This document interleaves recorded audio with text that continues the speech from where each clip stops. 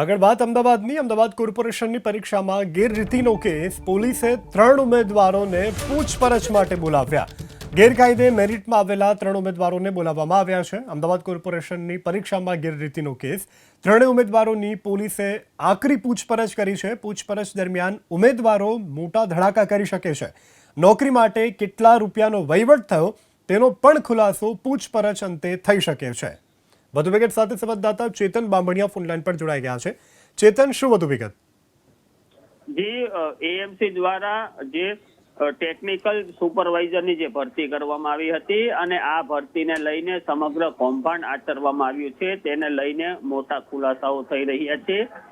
આજે મેરિટમાં પુલકિત સથવારા કે જે હેડ ક્લાર્ક તરીકે ફરજ બજાવે છે અમદાવાદ મ્યુનિસિપલ કોર્પોરેશનમાં, તેમણે કોમ્પ્યુટરમાં ચેડા કરી અને મેરિટમાં ગેરલાયક 3 ઉમેદવારોને મેરિટ લિસ્ટમાં દાખલ કરી દીધા હતા, જેને લઈને એક ઉમેદવારને શંકા જતા તેણે એએમસીમાં ફરિયાદ કરી હતી અને આ ફરિયાદને આધારે ખાતાકીય તપાસ થઈ હતી। ખાતાકીય તપાસમાં પુલકિત સથવારા નામનો જે ક્લાર્ક છે તેની સંડોવણી આવી હતી અને તેમના વિરુદ્ધ કારંજ પોલીસ સ્ટેશનમાં ફરિયાદ નોંધવામાં આવી હતી। આ ફરિયાદના આધારે પોલીસે પુલકિત સથવારાની પણ પૂછપરછ કરી છે અને 3 જે ઉમેદવારો હતા કે જેઓનું નામ ગેરકાયદેસર રીતે મેરિટ લિસ્ટમાં નાખવામાં આવ્યું હતું અને તેમને સરકારી નોકરી આપવામાં આવી હતી, તે 3ને પોલીસે પૂછપરછ માટે કારંજ પોલીસ સ્ટેશનમાં બોલાવ્યા હતા અને સમગ્ર મામલે પુલકિત સથવારા અને આ 3 જે ઉમેદવાર છે તેમને સામે બેસાડીને આકરી પૂછપરછ ચાલી રહી છે।